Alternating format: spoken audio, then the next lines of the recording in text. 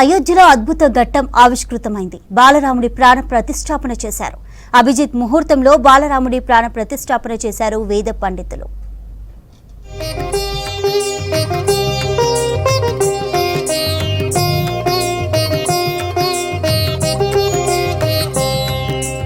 అయోధ్యలో వందల ఏళ్ల నాటి కలను సాకారం చేస్తూ చారిత్రక ఘట్టం ఆవిష్కృతమైంది. రామాలయ ప్రారంభోత్సవం అంబరాన్నంటింది. నవనిర్మిత రామ మందిరంలో నీలమేఘ శ్యాముడి ప్రాణ ప్రతిష్ఠ వేడుక అంగరంగ వైభవంగా జరిగింది. ప్రధాని మోదీ చేతుల మీదుగా జరిగిన ఆ మహోన్నత ఘట్టాన్ని వీక్షించి భక్తజనం తమ అంతరంగంలో ఆత్మారాముడిని కొలుచుకున్నారు.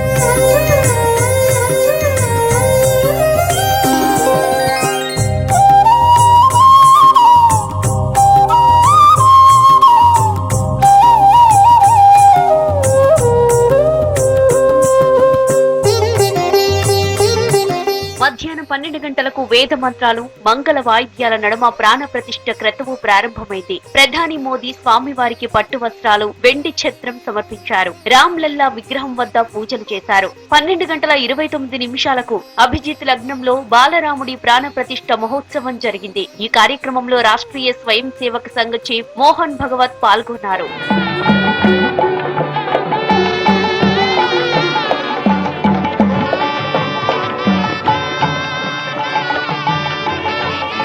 రామ్లల్లా విగ్రహ ప్రతిష్టాపన కోసం అయోధ్య సర్వాంగ సుందరంగా ముస్తాబైంది. నగరం మొత్తం ఆధ్యాత్మిక శోభతో కలకలలాడింది. ఎటు చూసినా రామనామస్మరణతో మారుమోగింది. నగరమంతా రామ్లీల, భగవద్గీత కథలు, భజనలు, సాంస్కృతిక కార్యక్రమాలను ఏర్పాటు చేశారు. దేశవ్యాప్తంగా పలు ప్రాంతాలకు చెందిన కళాకారులు చేసిన ప్రదర్శనలు అందరినీ ఆకట్టుకున్నాయి.